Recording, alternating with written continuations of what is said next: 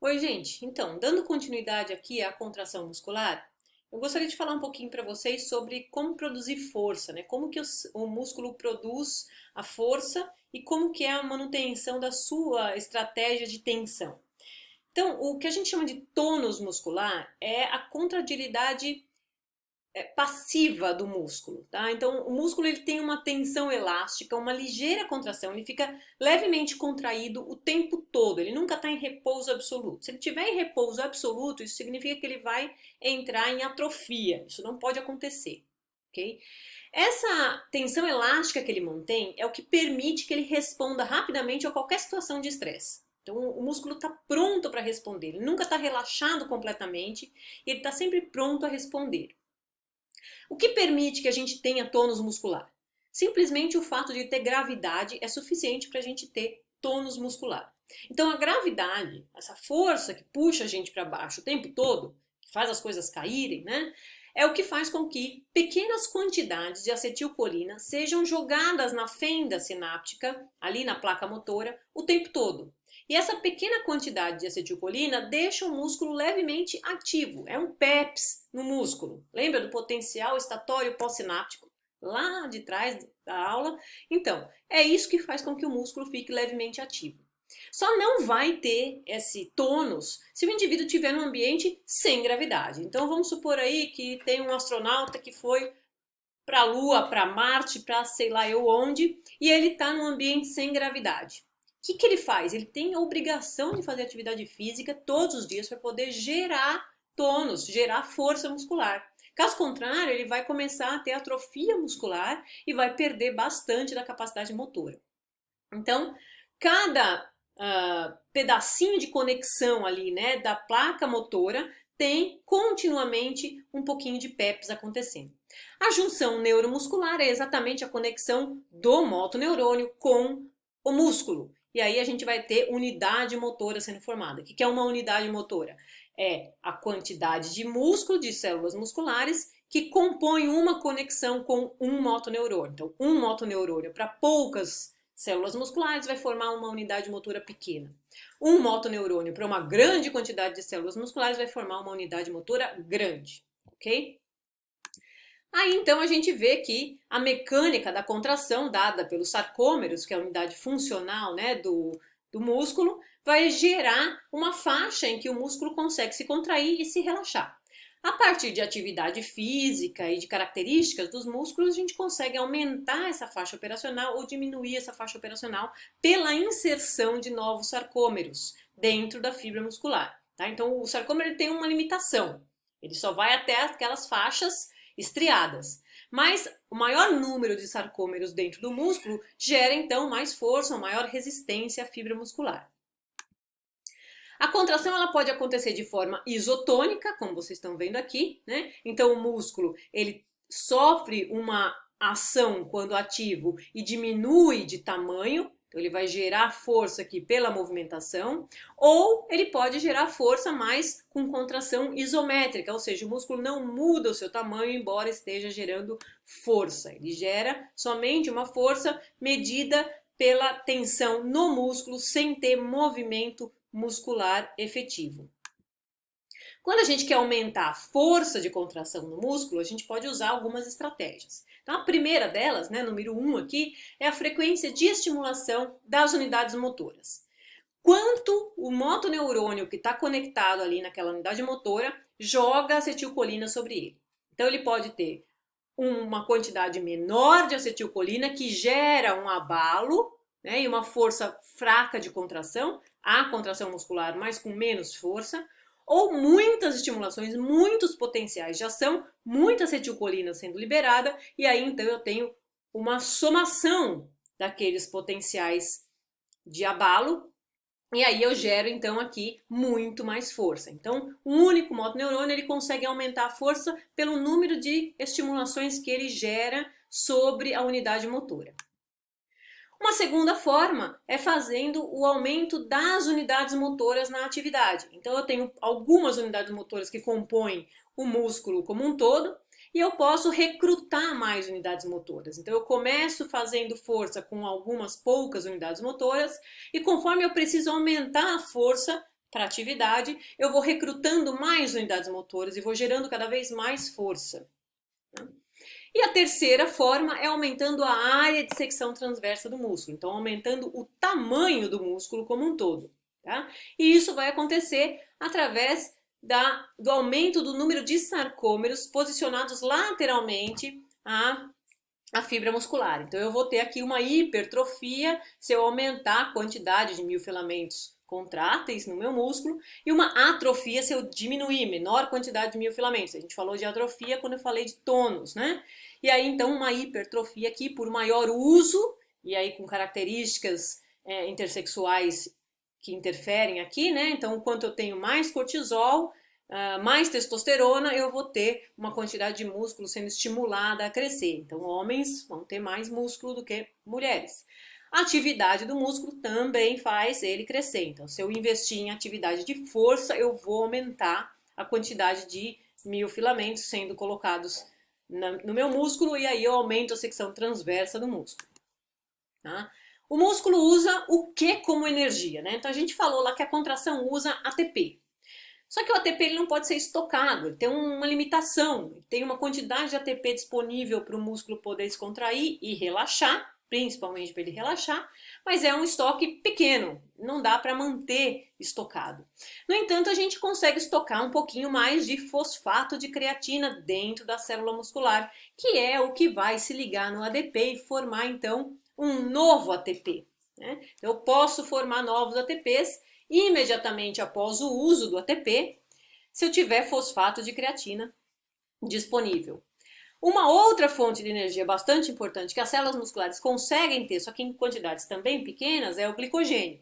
O glicogênio vai me dar capacidade de formação de ATP através da glicólise aqui, né, ou da fosforilação oxidativa. Então vai depender aqui de que tipo de célula muscular eu estou falando, se branca ou vermelha, vou explicar já já. Ela pode modificar aqui como é usado o glicogênio. O glicogênio tem uma limitação, ele é muito mais armazenado no fígado do que nos músculos, embora tenha nos músculos algum estoque. E uma quarta forma aqui são os ácidos graxos e aminoácidos para a beta-oxidação. E aí então eu tenho aqui gordura, né, sendo usada e aminoácido, proteína sendo usada para manter a atividade muscular como fonte de energia para o músculo. Ok? É bastante interessante a gente ver a duração do exercício, né? Quando que eu consigo utilizar meus estoques de energia? Então, em alguns poucos minutos, eu faço a depleção completa da quantidade de ATP disponível. Eu começo a necessitar de outras fontes, ok? Quem está querendo emagrecer, que faz atividade física, quanto tempo precisa fazer? Quanto tempo ele vai começar a usar a gordura que ele tem como estoque na atividade física, para contração muscular? Então lembra que os 4 itens lá que eu falei no slide anterior seguem essa sequência de uso, né? Primeiro é ATP, depois fosfato de creatina, depois glicogênio, depois vem a gordura ou aminoácido. Para eu entrar no uso da gordura estocada, eu preciso no mínimo de 40 minutos de atividade física constante, né? De impacto médio. Então uma corrida, por exemplo, uma atividade física que vai demandar o uso de outros recursos antes da gente entrar na gordura propriamente dita. A fadiga vai acontecer pelo declínio da força, então a depleção dos estoques de glicogênio e de fosfato de creatina já me dão o primeiro sinal de fadiga muscular. E aí então, se eu começo a utilizar o glicogênio para a formação de ácido lático, né, através da glicólise, eu vou ter o acúmulo desse ácido lático no meu músculo, que é ácido, então vai diminuir o pH, é um segundo sinalizador de fadiga. E aí o terceiro sinalizador vai ser o acúmulo de outros elementos, como ADP, como potássio, como radicais livres, porque está tendo oxidação ali, e até mesmo a percepção pelo sistema nervoso central. Então já faz quantas horas que eu estou fazendo atividade física, só de eu saber isso já é motivo de fadiga. O consumo de oxigênio, extremamente importante aqui. A gente usa o oxigênio no metabolismo oxidativo, para gerar energia para o músculo. E a partir do momento que eu termino de fazer atividade física, eu tenho que repor os estoques de oxigênio, mas não só, eu também preciso eliminar o excesso de gás carbônico que está sendo gerado pelo meu metabolismo, né? Então, aqui eu tenho um acúmulo de gás carbônico que precisa ser jogado para fora, portanto, eu mantenho uma taxa respiratória ainda alta depois que eu termino de fazer exercício físico. O tipo de fibra está relacionado com a força ou com a resistência do músculo, né? Então, você começa com muito mais fibra do tipo 1, assim que você nasce. Tem uma mistura de fibras, mas elas têm uma preponderância de fibras do tipo 1. E ao longo do crescimento e do desenvolvimento, você vai diferenciar aqui fibras do tipo 1 e do tipo 2. Um tipo de inervação que vai estimular a isoforma da miosina que vai aparecer, né, tipo 1 ou tipo 2, vai me dar característica diferenciada de fibra lenta ou de fibra rápida. Tá? O músculo, quando cresce, ele cresce com hipertrofia ou com hiperplasia. Né? Então, ao longo do crescimento natural, da ontogenia do indivíduo, é hiperplasia, o número de células está sendo aumentado. Né? Mas em determinado momento a gente não cresce mais, a gente para de crescer, e daí então a gente só vai ter hipertrofia.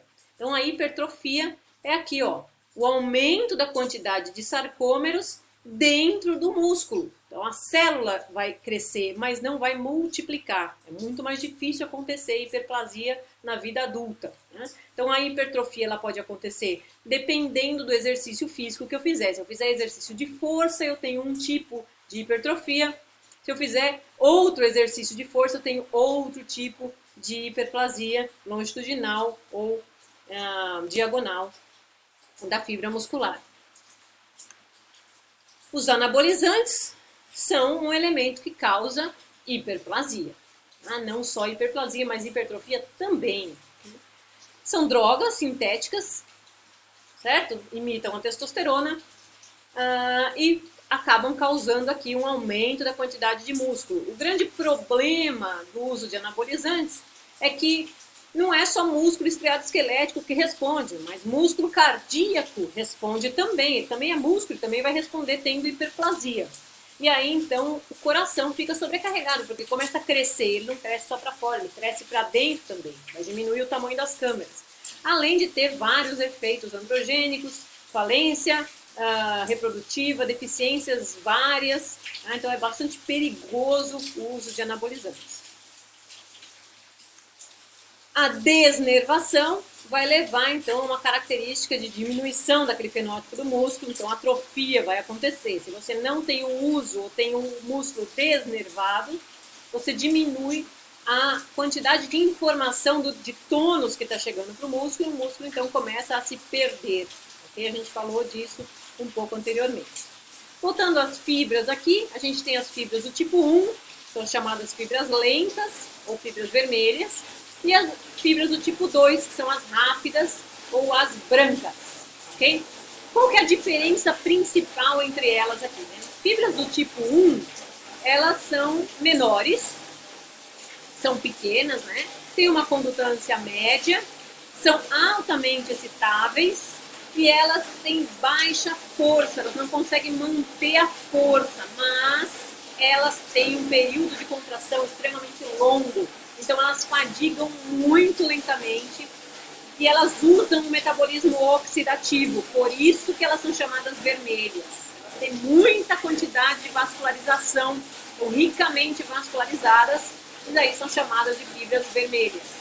Por outro lado, as fibras brancas, elas têm um maior tamanho, maior quantidade, elas têm alta capacidade de gerar força, né? Bem pouca vascularização, são pobremente oxigenadas pelo sangue, usam metabolismo glicolítico neste caso, e elas não conseguem manter a atividade física por longo período, então elas fadigam rapidamente. Elas são aquelas fibras que auxiliam você a fazer muita força, mas você larga o peso logo. Então quem estimula através de diferentes tipos de exercício, cada uma delas, fica com características bem marcantes, né? Então, o indivíduo que tem estímulo de fibras do tipo 1, como o caso de um fundista, né? Corrida de longa duração. O corredor de maratona, ele tem mais estímulo da fibra de tipo 1, que tem menor quantidade e fadiga lentamente. E o velocista, ele tem maior quantidade de estimulação do tipo 2, ele consegue manter aquele disparo inicial, mas ele não consegue correr por longos períodos. Os animais também apresentam, a gente consegue ver